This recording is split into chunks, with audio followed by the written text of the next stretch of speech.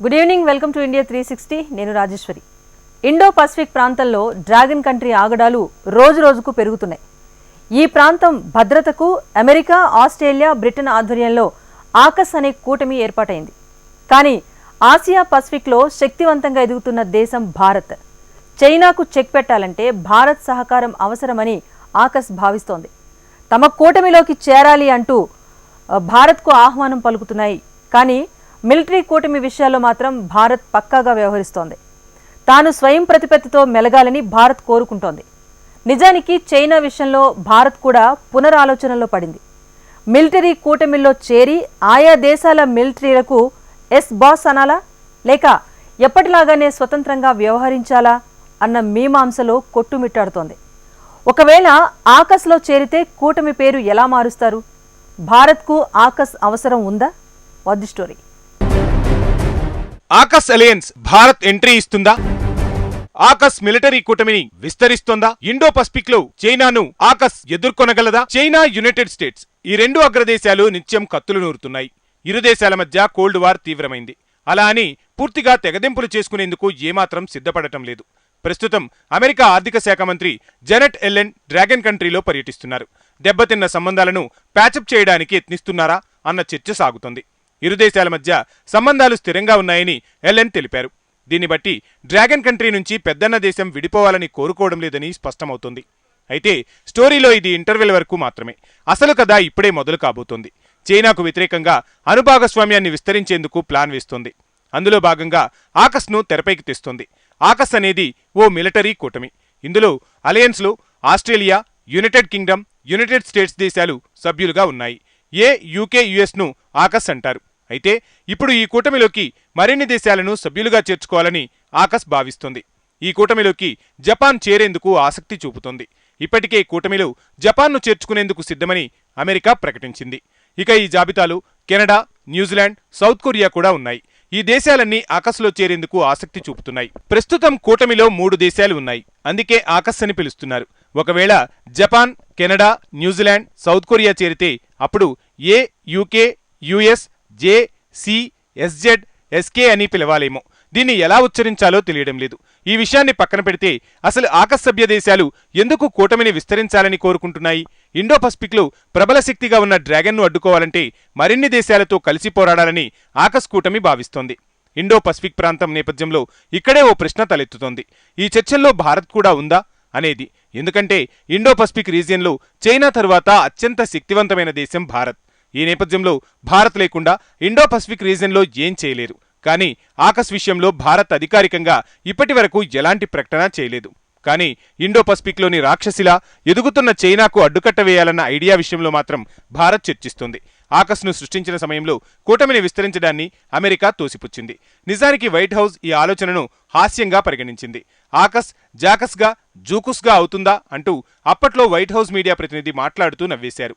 ఆకస్ను విస్తరించే ఉద్దేశం లేదని అప్పట్లో జెన్ సాకి వెల్లడించారు. ఇండో పసిఫిక్ భద్రతలో పాలు పంచుకునేవారు మరెవరూ లేరని జెన్ సాకి స్పష్టం చేశారు. వైట్ హౌస్ ప్రతినిధి జెన్ సాకి 3 ఏళ్ల క్రితం ముచ్చటించిన మాట అది. కానీ గతేడాది నుంచి ఆకస్ కూటమి సభ్యదేశాల తీరులో మార్పు కనిపిస్తోంది. కూటమిని విస్తరించే ఆలోచనలను ఆకస్ వెల్లడించింది. భారత్ను ఆకస్లో చేరాలంటూ యూకే 2023లో కోరింది. ఆకస్లో భారత్ను చేర్చుకోవాలని బ్రిటిష్ ఎంపీలు కోరారు. దీనిపై అప్పట్లో పలు కథనాలు వెలువడ్డాయి. భారతీయ అధికారులు ఆకస్ సభ్యదేశాలతో సమావేశమైనట్టు నివేదికలు వచ్చాయి. ప్రపంచంలో భారీగా అభివృద్ధి చెందుతున్న artificial intelligence, electronic warfare, cyber technology వంటి అంశాలపై అనధికారికంగా చర్చలు జరిగినట్టు కథనాలు వెలువడ్డాయి. ఈ అంశాలపై ఆకస్ దేశాలు భారత్తో కలిసి పనిచేసేందుకు సిద్ధంగా ఉన్నట్టు నివేదికలు వెల్లడించాయి. అలాగే ప్రస్తుతం కూటమి విస్తరణపై కూడా పలు నివేదికలు వెలువడుతున్నాయి. ఆకస్ అలయన్స్కు రెండో పిల్లర్గా కొత్త సభ్యులకు స్వాగతం పలికేందుకు 3 దేశాలు సిద్ధంగా ఉన్నాయి. ఈ కూటమి ఆధ్వర్యంలో అడ్వాన్స్డ్ టెక్నాలజీని అభివృద్ధి చేయాలని ఆయా దేశాలు భావిస్తున్నాయి. అంటే ఆర్టిఫిషియల్ ఇంటెలిజెన్స్, హైపర్సోనిక్ మిసైళ్లతో పాటు క్వాంటమ్ టెక్నాలజీ వంటి వాటిపై దృష్టి సారించేందుకు సిద్ధమయ్యాయి. ఈ కూటమిలో భారత్ను చేర్చుకుంటే మరిన్ని అదనపు ప్రయోజనాలు కూటమికి దక్కుతాయి. కూటమిలో కొత్త దేశాలను సభ్యులుగా చేర్చుకుంటే మరింత బలోపేతమవుతుందని భావిస్తున్నాయి. ఇండో పసిఫిక్ ప్రాంత భద్రత కోసం ఏర్పడిన కూటమే ఆకస్. కానీ ఇండో పసిఫిక్ ప్రాంతానికి చెందిన దేశం కేవలం ఆస్ట్రేలియా మాత్రమే ఉంది.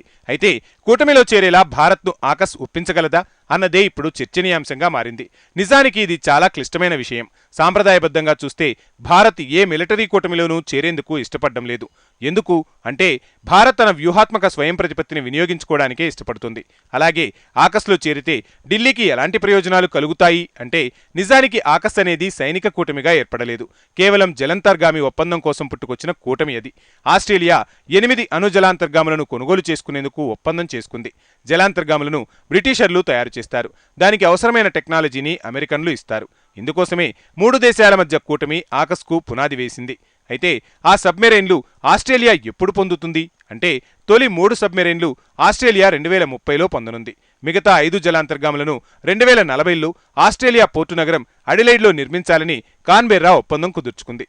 అంటే వచ్చే 6 ఏళ్ల వరకు ఒక్క జలాంతర్గాములను ఆస్ట్రేలియాకు అందవన్నమాట. కొత్తగా చేరే సభ్యదేశాలకు జలాంతర్గాములతో ఎలాంటి సంబంధమూ ఉండదన్నమాట. 2021లో ఒక సైనిక ఒప్పందం నుంచి ఆకస్ కూటమిగా మారింది. కానీ డెలివరీల పరంగా ఇప్పటి వరకు ఎలాంటి ప్రగతి సాధించలేదు. అయితే ఈ పరిణామాలను డ్రాగన్ కంట్రీ నిశితంగా పరిశీలిస్తోంది. ఇది ఆకస్ విస్తరణకు వ్యతిరేకంగా హెచ్చరికలను జారీ చేస్తుంది. United states, Australia, United Kingdom దేశాలు ఇండో పసిఫిక్ ప్రాంతంలోని ఆందోళనలను ఏమాత్రం పట్టించుకోవడం లేదు అని చైనా విమర్శిస్తోంది. అణు విస్తరణ ప్రమాదం గురించి అంతర్జాతీయంగా నెలకొన్న పరిస్థితులను విస్మరిస్తున్నట్లు ఆరోపించింది. వారి త్రైపాక్షిక భద్రతా భాగస్వామ్యంగా పిలువబడే ఆకస్ విస్తరణకు నిరంతరం ప్రయత్నిస్తున్నట్లు బీజింగ్ మండిపడింది. పలు దేశాలను ఆకస్లోకి చేర్చుకునేందుకు యత్నిస్తున్నట్టు తీవ్ర ఆగ్రహం వ్యక్తం చేసింది. ఈ కూటమి విస్తరణ కారణంగా ఆసియా పసిఫిక్ ప్రాంతంలో ఆయుధ పోటీ తీవ్రతరమవుతుందని డ్రాగన్ కంట్రీ ఆందోళన వ్యక్తం చేసింది. అంతేకాకుండా ప్రాంతీయ శాంతి, స్థిరత్వాన్ని దెబ్బతీస్తుందని కమ్యూనిస్టు కంట్రీ ఆందోళన వ్యక్తం చేస్తోంది. అయితే ఆకస్లో భారత్ చేరాలనుకుంటుందా లేదా అనే విషయం ఇక్కడ పెద్ద మేటర్ కాదు. కానీ ఆకస్ దేశాలతో సంబంధాలను భారత్ బలోపేతం చేసుకుంది. 3 దేశాలతో వ్యక్తిగతంగా స్ట్రాంగ్ రిలేషన్స్ ఏర్పాటు చేసుకుంటోంది.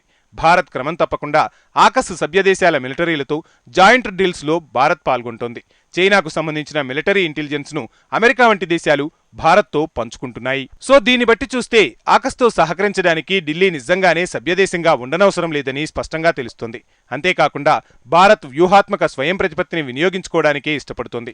ఒక కూటమిలో చేరి వాళ్లు చెప్పింది విని ఎస్ బాస్ అనడానికి ఏమాత్రం ఢిల్లీ సిద్ధంగా లేదని స్పష్టమవుతోంది.